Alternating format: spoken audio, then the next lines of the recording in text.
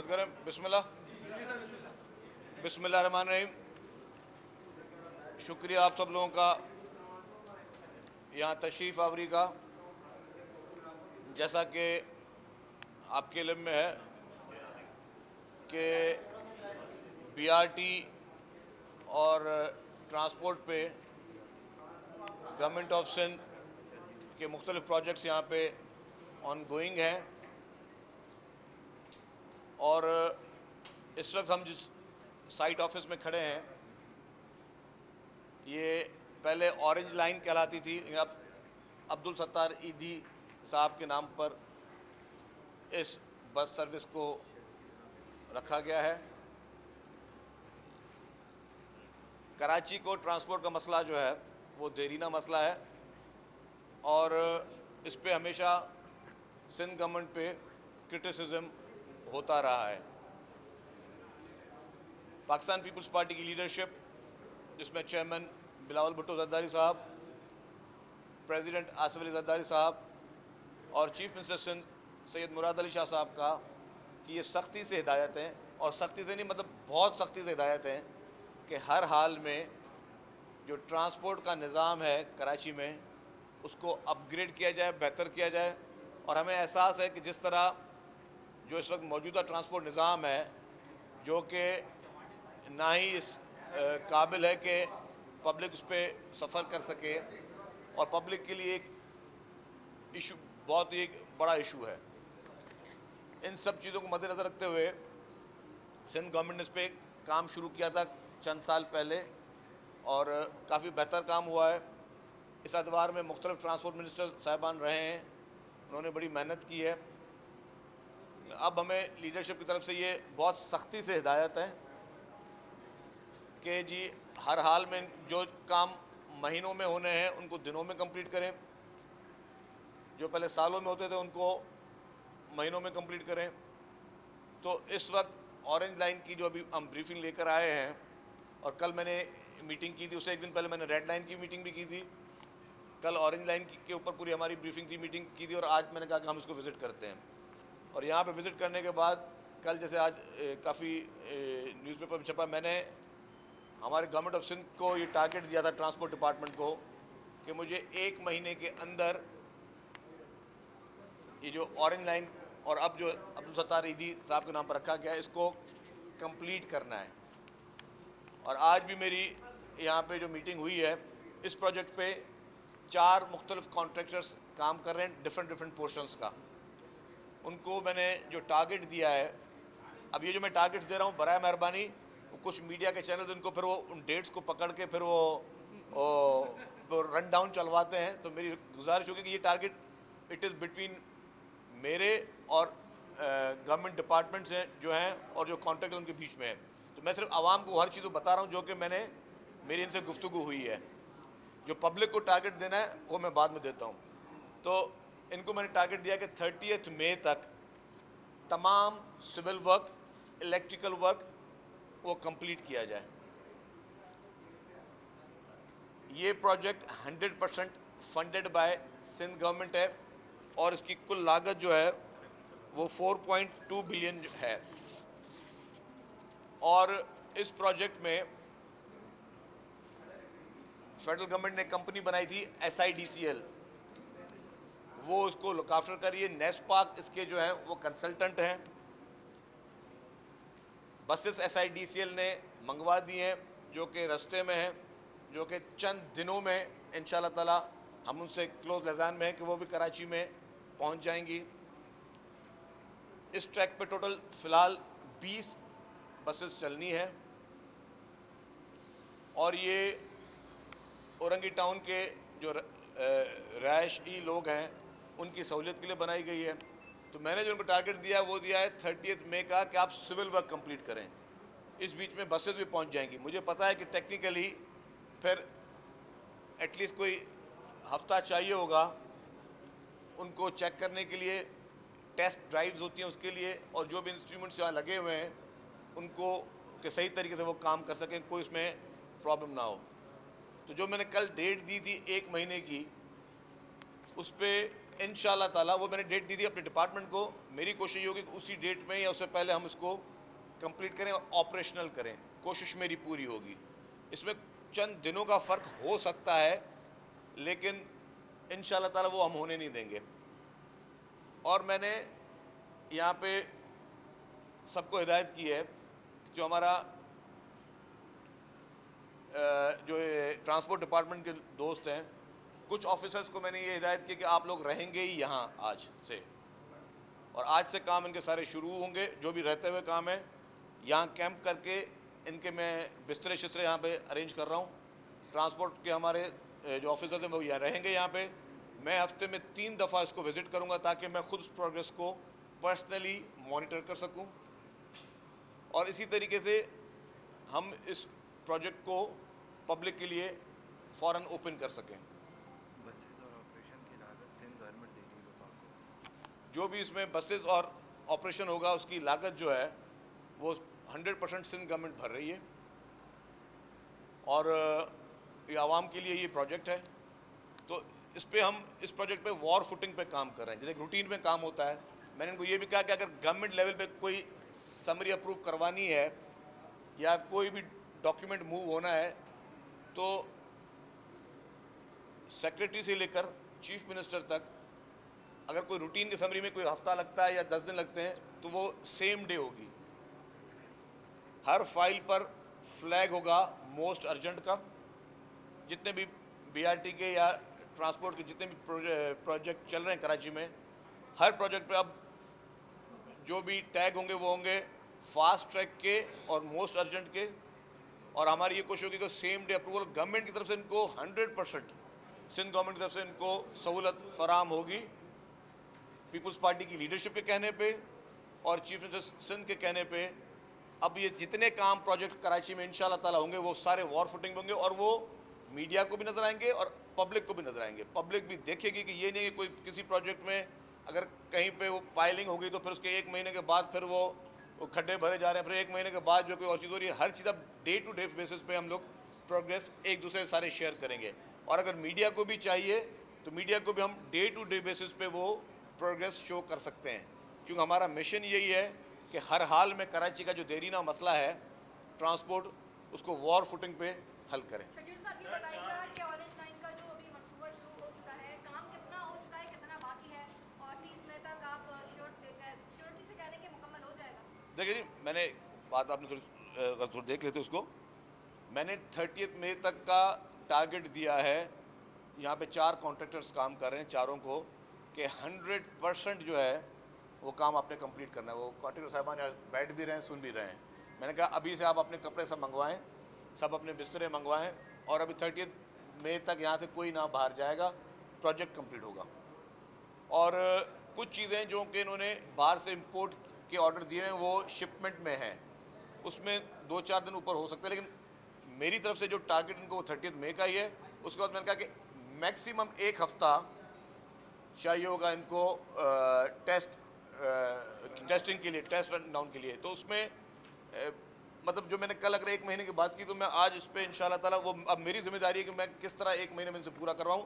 इसमें फिर मैं बोलूँगा 1-2 दिन ऊपर नीचे हो सकते हैं, तो प्लीज़ वो जो मीडिया में जो शुरू हो जाती है चीज़ें, तो उससे गुरेज के अगर चला भी जाए कोई अगर चला भी जाए कोई इशू नहीं। लेकिन मेरी कोशिश ये होगी और पूरे ट्रांसपोर्ट डिपार्टमेंट की कोशिश ये होगी कि जो हमारे पार्टी लीडरशिप ने अहकाम दिए हैं और जो चीफ मिनिस्टर सिंध साहब ने अहकाम दिए हैं, उसको हम अर्जेंट बेसिस पे कंप्लीट करें। अच्छा शकील साहब, कितने फीसद जो है काम 6 साल लग गए, आप क्या समझते हैं किसकी कोताही है? गवर्नमेंट की कोताही है, डिपार्टमेंट की कोताही है, या हुकूमत की बिल नहीं थी? 1 महीने में प्रोजेक्ट आप लोग कंप्लीट करने जा रहे हैं, 6 साल बाद नहीं? देखें जी, कोई भी ट्रैक या ये चीज़ें बनती हैं उसमें मुख्तलिफ डिपार्टमेंट्स की इन्वॉल्वमेंट होती है। कहीं पे फेडरल गवर्नमेंट की भी इन्वॉल्वमेंट होती है, कहीं प्रोविंशियल गवर्नमेंट की भी इन्वॉल्व होती है।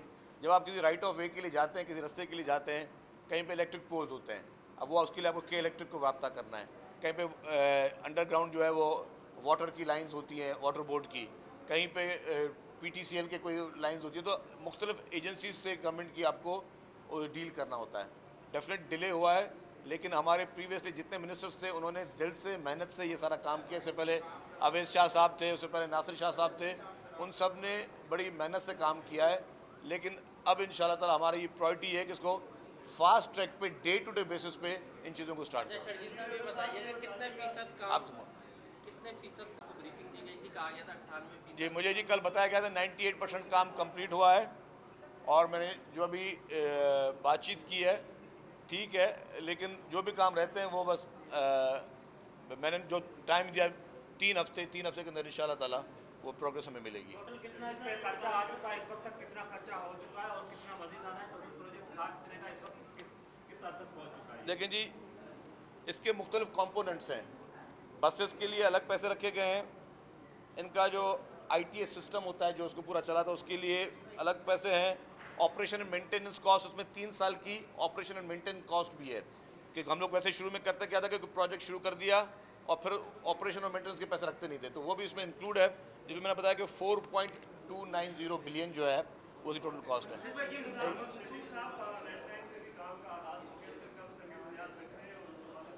देखिए जी, थैंक यू। रेड लाइन पे काम शुरू हो गया है, लेकिन सिंध गवर्नमेंट को और चीफ मिनिस्टर साहब को, लीडरशिप को आगाह भी कर दिया गया। उन्होंने कहा कि जी इतनी जल्दी नहीं है फाउंडेशन स्टोन की, पहले आप उसको जब रैपिडली काम स्टार्ट हो उसके बाद जो है हम उसका फाउंडेशन स्टोन रखेंगे।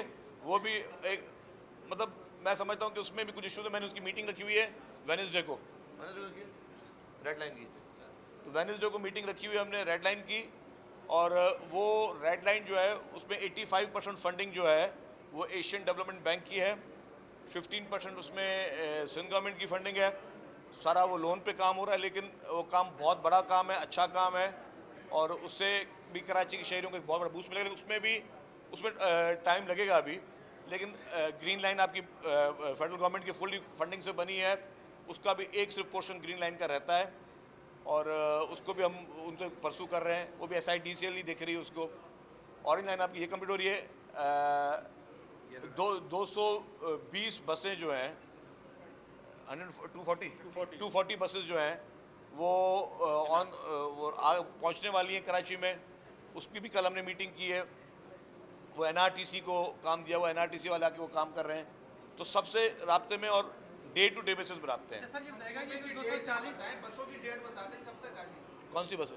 ऑरेंज लाइन की या रेड लाइन? देखिए जी, ऑरेंज लाइन की जो बसें हैं उसके लिए हमें डेट दी गई है कि कराची पोर्ट पे उतरेंगी SIDCL जो उसको प्रोक्योर करिए 11 मई को, मतलब 4 दिन बाद। लेकिन डेफिनेटली अगर पोर्ट में उतरेंगे जब तक ट्रैक तैयार नहीं होगा आपका, तो उसकी कोई इतनी ज़रूरत नहीं है। जैसे ट्रैक तैयार हो जाएगा, जो हमने इनको टाइमिंग दी है और जिस तरह हम डे टू डे इसको मतलब इसको खुद परसू करेंगे हर चीज़ को, तो मेरे ख्याल में महीने के जो मैंने डेट दिया, अल्लाह ताला ने चाहा तो अल्लाह ताला उसको सुरखुर करेगा। ये बताइए 240 बसें जो आ रही हैं ये क्या इस मंसूबे से अलग है या ये वो शहर भर में चलाई जाएंगी? देखिए- उनको कौन चलाएगा? पहले भी पीपल बस देखिए जी, जो मंसूबा नाकाम जो हो गया। 240 बसें हैं उसको NRTC जो है वो ऑपरेट करेगी, और वफाकी हुकूमत का हमारा एक अहम इदारा उसके 7 रूट्स हैं। उसका इससे ऑरेंज लाइन से या ग्रीन लाइन से या रेड लाइन से कोई वास्ता नहीं है। जो दूसरा सवाल था कि रेड लाइन की ये बसें कब आएंगी, तो रेड लाइन की बसों में अभी वो ट्रैक का काम शुरू होने तो मेरे भाई, बसें खड़ी करके वो पेशावर BRT की तरह नहीं करना कि बसें पहुंच गई हैं ट्रैक तैयार नहीं कि बसें पहुंच गई हैं और ट्रैक तैयार ना हो। सर ये भी सुनने में आ रहा है कि ये कॉन्ट्रैक्ट भी उन्हीं के पास है जो पेशावर BRT जिन्होंने बनाया है। कौन सा वाला? ये जो ऑरेंज लाइन वाला है, क्या इसमें कोई सलाकत है? नहीं, ये आप उन्हीं के पास है कि नहीं, ये ऐसा नहीं है मेरे ख्याल से। BRT बनाई है। नहीं, ये ऐसा नहीं है। ये फेडरल गवर्नमेंट ने पैसे सिंध गवर्नमेंट के, क्योंकि ग्रीन लाइन पर फेडरल गवर्नमेंट ने एक कंपनी बनाई थी SIDCL, कंपनी फेडरल गवर्नमेंट की है, और वो बनाई सिर्फ सिंध के रेलवे प्रोजेक्ट्स, उसके बस प्रोजेक्ट्स के लिए बनाई थी, BRTs के लिए। तो ग्रीन लाइन उन्होंने कंप्लीट किया, तो ऑरेंज लाइन भी उनको काम दिया गया है। अब उसमें कराची में जो है वो काम डिवाइडेड है 4 मुख्तलिफ कॉन्ट्रैक्टर्स के पास, और मेरे ख्याल से इनका वो पेशावर BRT से कोई वास्ता नहीं है। अच्छा शर्जील साहब, ये तो आप बता रहे हैं कि 11 मई को जो आएंगी, ये कौन सी? यार एक उनके बाद इमरान खान ने कल ऐलान किया 30 मई को मुल्क बंद करने के लिए कॉल देना है। एक तरफ ये प्रोजेक्ट जो आप कह रहे हैं कि हम कंप्लीट करने जा रहे हैं, एक तरफ ये मुल्क बंद होने जा रहा है, तो आप क्या समझते हैं सियासी सूरत से क्या बनेगा आगे? देखिए जी, इस वक्त इमरान खान साहब शाम गरीबा पढ़ रहे हैं, और सोग में है, तो जो शख्स सोग में होता है तो वो आपको पता है कि वो उसका अपने होश व हवास खो बैठता है। और इस वक्त उनका जो फोकस है कि जो उसके खिलाफ मेगा स्कैम्स की बातें हो रही हैं और जो शुरुआत हो रही है उससे लोगों को डाइवर्ट किया जाए। वो नहीं चाहते कि वो कानून नाफिज करने के जो इदारे हैं, जिसमें नैब हो या FIA हो, उनके दरवाजे तक पहुँचे, या उनके जो भी सहूलतकार थे, जिसमें एक खातून जो है, मैं नाम किसे लेना पसंद नहीं करता, एक खातून जो है सो बाहर फरार हो गई हैं। बाकी केसेस भी आ रहे हैं जो उन्होंने स्टे ऑर्डर लिए हुए थे इसी KPK BRT पे, जिसमें KPK के जो हैं चीफ मिनिस्टर इंस्पेक्शन टीम, उसकी रिपोर्ट है कि 7 अरब रुपए के किकबैक्स लिए गए थे, और जिस पे इमरान खान साहब ने की पार्टी ने सुप्रीम कोर्ट से स्टे ऑर्डर लिया हुआ था। इस तरह बहुत सारे और इनके स्कैम्स हैं, वो सारे आने वाले हैं। तो खान साहब इस वक्त जो है वो मुल्क में इंतशार चाहते हैं। वो जैसे कहते हैं कि जी ना खेलेंगे ना खेलने देंगे, तो वो कहते हैं कि जी अगर मैं नहीं हूँ हुकूमत में तो वो कोई और भी हुकूमत में ना हो। पूरा उनकी इस तहरीक का लुबे लबाब यही है कि उनके साथ उसके पास इख्तियार नहीं है तो किसी और पर इख्तियार ना हो। असल में काफ़ी चीज़ें हाईलाइट नहीं हो रही मीडिया में। जो असल मसला इस वक्त खान साहब कौम के लिए छोड़ के गए हैं वो इकनॉमिक क्राइसिस, और ये क्राइसिस छोटा नहीं है, ये बहुत ही बड़ा क्राइसिस है। इस इकनॉमिक क्राइसिस की वजह से खुदा न खास्ता बहुत बड़े मसाइल पैदा हो सकते हैं। लेकिन इस वक्त फेडरल गवर्नमेंट और उसके जितने भी इत्तेहादी हैं, उनकी पूरी कोशिश है कि मुल्क को दिवालिया बनने से खुदा न खास्ता रोका जाए। और ये सिर्फ नाअहली थी इमरान खान की, बदनीयती थी और अना और गुरूर था, जिसकी पॉलिसियों की वजह से मुल्क को नाकाबिले तलाफ़ी नुकसान पहुंचा है।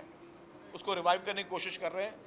बाकी सियासी तौर पे वो तहरीक चलाएं, जो भी करें उनकी मर्ज़ी है, लेकिन ये टाइम उनका मेरे ख़्याल से ये है कि वो अपनी गलतियों को सुधारें, समझदारी का मुजाहरा करें। 1.5 साल हुकूमत का है, 1.5 साल में अपनी वो इलेक्शन कैंपेन करें और नेक्स्ट इलेक्शन के लिए तैयारी करें। लेकिन जो तरीक़ाकार उन्होंने इख्तियार किया हुआ है, जो तरीक़ाकार उनके तरीक़ाकार की वजह से जो मुल्क को नुकसान हो रहा है, एक तरफ वो रियासत मदीना के दावेदार थे, एक तरफ वो हुर्मत कॉन्फ्रेंस की बातें करते थे, और वही शख्स मदीना मुनव्वरा में मस्जिद नबवी में जो उन्होंने हरकतें की हैं, क्या उनको अल्लाह ताला माफ़ करेगा इस चीज़ पे? आप और हम कभी किसी मस्जिद में जाते हैं, कोई मुखालिफ या कोई दुश्मन कोई नज़र आ जाए तो आप लोग क्या करते हो? आप अपने इबादत करते रहते हो।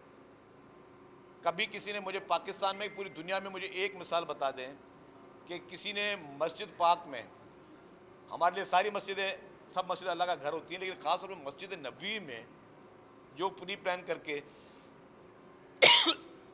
अपने टाइगर्स को भेजें कि लोगों की पगड़ियाँ उछालो, मुझे बताएं ये कौन सा समझदार सियासतदान करता है? फिर कल के जलसे में इमरान खान ने जो अल्फाज इस्तेमाल किए हैं, मैं समझता हूँ कि ये अल्फाज अल्लाह रहम करे, लेकिन अगर उनकी उन बातें सही हुई तो इमरान खान को बहुत बड़ा नुकसान होगा। कल खान साहब ने फरमाया कि जितने भी मुनरफ अराकीन हैं, उन मुनरफ अराकीन को कहीं पे भी नज़र आएँ तो उनको इबरतनाक बनाओ, उनका हशर नशर कर दो। अगर किसी एक को भी कोई नुकसान पहुंचा, खुदा ना खास्ता कोई ज़ख्मी हुआ या कोई किसी को और कोई बड़ा नुकसान पहुंचा, तो ये तो खुलेआम आप धमकियां दे रहे हो जलसों में बैठकर, खुलेआम आप अपने वर्करों को कह रहे हो, तरगीब दे रहे हो कि जी आप लोगों पे हशर नशर कर दो या उनका जो है इबरतनाक उनका अंजाम बनाओ। इसका मकसद क्या होना चाहिए? मैं समझता हूँ कि वफाकी हुकूमत को उस स्टेटमेंट पे फौरी तौर पर नोटिस लेना चाहिए और उस स्टेटमेंट में इमरान खान को गिरफ्तार करना चाहिए। क्योंकि अगर मैं ओपनली यहाँ बैठ के धमकी दूँ किसी मुखालिफ को और अपने वर्करों को बोलूँगी जी उसको बर्बाद कर दो, तबाह कर दो, उसको नुकसान पहुँचाओ, तो क्या होगा? मतलब ये किसी भी महज़ब मुल्क में इस तरह नहीं होता। मैं पहले भी कहता था, अब फिर कह रहा हूँ, इमरान खान पाकिस्तान में बाल ठाकरे बनने की कोशिश ना करे। इमरान खान पाकिस्तान में अपनी PTI को शिवसेना बनाने की कोशिश ना करे। इंतशार चाह रहा है, क्योंकि इस मुल्क में ताकत हर पॉलिटिकल पार्टी रखती है। इस मुल्क में हर चीज़ का मुकाबला करना हर पॉलिटिकल पार्टी करती है। शायद इमरान खान के बर्गर्स इतना मुकाबला ना कर सकते हों, लेकिन बाकी पॉलिटिकल पार्टीज़ की जो हैं लोग वो हर चीज़ का मुकाबला करना जानते हैं। तो इसीलिए हम इंतशार को कभी तरगीब नहीं देंगे। हम नहीं चाहते कि जिस तरह की लैंग्वेज इस्तेमाल की जा रही जलसों में, जिस तरह की धमकी आमेज़ बातें की जा रही हैं और खुलेआम धमकी दे रहा है शख्स। एक शख्स मुल्क का वज़ीर आज़म रहा था और वो अपने हटने के 1 महीने के बाद आप बोला कि मेरे मुखालिफिन को ये अशर कर दो। मैं एक सवाल पूछता हूँ इमरान खान साहब से कि आपने एक बड़ा ऐलान कर दिया और इलेक्शन कमीशन को भी धमकी दे दी कि जी जो ये 20 मुनर्रिफ अराकीन थे उनका जो है फैसला सुना है। ये मुनर्रिफ अराकीन तो बाद में बने हैं, उससे पहले आपने पंजाब में PMLN के MPA से मुलाकातें की थी, जिसकी तस्वीर अखबारों में छपी थी। आपने बन्नी गाला में PMLN के MPA से मुलाकातें की थी, जिसकी तस्वीर छपी हैं, जिसकी खबरें छपी हैं बड़े बड़े न्यूज़पेपर्स पे, सारे क्लिपिंग मेरे पास मौजूद हैं। तो अगर ये कार्रवाई करनी है तो इसकी शुरुआत उन लोगों से करने के लिए आप क्यों नहीं मुतालबा करते हैं? मतलब खान साहब की और PTI का एक वतीरा बन गया है कि हर गलत काम या सही काम जो भी हो, हर काम वो पहले करते खुद हैं, और अगर वही काम कोई अगला करे तो उनके सामने वो गुनाह होता है। मतलब जो लोटे, जो बकौल उनके, जो PMLN के बने, वो हलाल हो गए। और कोई लोग अगर उनसे मुनर्रिफ अराकीन जो कि काफ़ी अरसे से उनसे इख्तिलाफ रखते थे, और काफ़ी इसमें ऐसे अराकीन थे जो कि आज़ाद हैसियत से इलेक्शन लड़े थे, और वो अगर आज़ाद हैसियत से कोई इलेक्शन लड़के आता है, उसने PTI ज्वाइन की, उसको PTI समझ में नहीं है, उसने PTI से अलग होना चाह रहा है, तो उनके लिए आप कहते हो कि इलेक्शन कमीशन के खिलाफ कार्रवाई करे, सुप्रीम कोर्ट उनके खिलाफ कार्रवाई करे, और आप अपने वर्करों को कहते हो ये इनका हाशा नशर कर दो, इनको तबाह बर्बाद कर दो। तो ये ओपन मैसेज था, एक थ्रेट मैसेज था इमरान खान की तरफ से। और अपने वर्करों, जिस तरह मैं तो कहता हूँ ये PTI को उस तरफ लेके जा रहा है इमरान खान कि खुदा न खासा, मैं हालांकि मैं पर्सनली इस चीज़ के खिलाफ होता हूँ किसी पार्टी पे पाबंदी लग जाए, लेकिन आप खुद उस तरफ लेके जा रहे हो। हमने हमारे मुल्क में कितनी ऑर्गेनाइजेशन जो है वो बैंड आउटफिट्स बने हैं। क्यों बने थे वो बैंड आउटफिट्स? आप सब लोग, कराची जर्नलिस्ट, आपको पता है वो बैंड आउटफिट्स इसलिए बने थे कि वो इस तरह की तकारीरें होती थी, इस तरह के लेक्चर्स दिए जाते थे, इस तरह के खिताबात होते थे कि आप लोगों को लड़ाई के लिए, झगड़े के लिए आप तरगीब देते थे। एक इतनी जिम्मेदारी पे आप पोस्ट पे बैठे हो, आपने कभी सुना है कि ये कितनी भी हमारी दुश्मनियाँ माजी में रही हो पॉलिटिकल पार्टी से कि हम ये कहा हो कि जी इसको मार दो, इसको जूते मारो, इस पर लोटे फेंको, इस पर जो है आए उसका हशर नशर कर दो, उसको घर से निकलने नहीं दो, घर से निकलने नहीं देंगे, इनका मशर तशर कर दो। क्या हो रहा है? ये अनारकी की तरफ लेने की कोशिश कर रहे हैं, लेकिन इंशाअल्लाह ताला मैच्योरिटी के साथ मुकाबला किया जाएगा। अनारकी नहीं होने देंगे। हम अपने पॉलिटिकल वर्कर्स से कहेंगे कि अगर कहीं पे भी PTI की तरफ से कोई एग्रेशन होती है तो बराए मेहरबानी आपने सब्र से काम लेना है, आपने उन जैसा रवैया नहीं रखना, आपने बदमाशी का जवाब बदमाशी से नहीं देना। लेकिन जो हुकूमतें मौजूद है, अगर कहीं पे एग्रेशन होती हैं तो हुकूमतें और उनकी जो लॉ इन्फोर्समेंट एजेंसीज हैं वो अपना काम करेंगी, उनकी पुलिस, उनके जो भी इदारे हैं वो अपना काम करेंगे, वो किसी को बदमाशी करने नहीं देंगे। और इमरान खान की ये बदमाशी की जो कॉल हैं उससे कोई डरने वाला या उसकी धमकी में कोई आने वाला नहीं होगा। साहब ये बताएगा, 2 सवाल, एक तो जो 11 मई को बसें आएंगी वो इसके लिए आएंगी, ऑरिजिनल के लिए, और दूसरा जो आपने इत्तेहादियों की बात की, तो MKM का क्या स्टांस है? अभी गवर्नरशिप जा रही है, नहीं दे रहे, क्या है? सूबाई हुकूमत में आ रहे हैं, नहीं आ रहे? देखिए जी, आपने जो 11 बसों की बात की, 11 मई की बात की, 20 बसेज हैं जो कि SIDCL से भी हमें रिपोर्ट आई है, उन्होंने कहा कि 20 को वो पोर्ट पे पहुंचेंगी, ऑरेंज लाइन की होंगी। 11 मई को 20 बसें वो पहुंचेंगी कराची पोर्ट पर। लेकिन मैं फिर वो बता रहा हूँ, कराची पोर्ट पे पहुंचने का मकसद ये नहीं है कि वो ट्रैक पे चलेंगी। ट्रैक जब तैयार होगा, ट्रैक का हमारा सब काम है बसेज यहाँ पहुँचें, स्मूथली उनकी क्लियरेंस हो। फिर जो ट्रैक का काम है इसको हम डे टू डे बेसिस पे, जिसमें मैंने कहा कि ड्रास्टिक उसमें इनिशिएटिव्स लिए जा रहे हैं।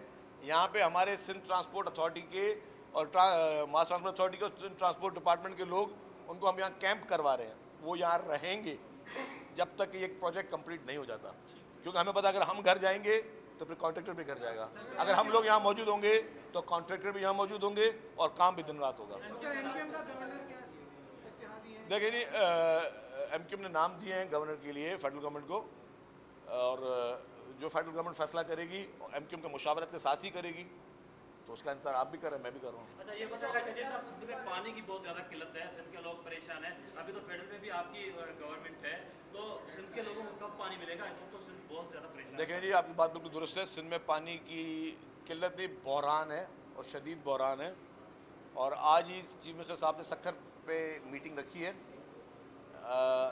शाम को मैं भी सखर पहुंच रहा हूं, और वो पानी के हवाले से है। हमारी यही अपील है कि जो भी सिंध का शेयर है वो सिंध को दिया जाए, और अगर आपके फेडरल गवर्नमेंट की इस्ता डिपार्टमेंट कहता है कि जी पानी की शॉर्टेज है, तो जो शॉर्टेज है तो उसकी जो डिवीज़न है शॉर्टेज की, जितनी शॉर्टेज है वो भी सारे सूबों में इक्वली डिवाइड हो। ये ना हो कि एक सूबे से उस शॉर्टेज से भी ज़्यादा शॉर्टेज हो।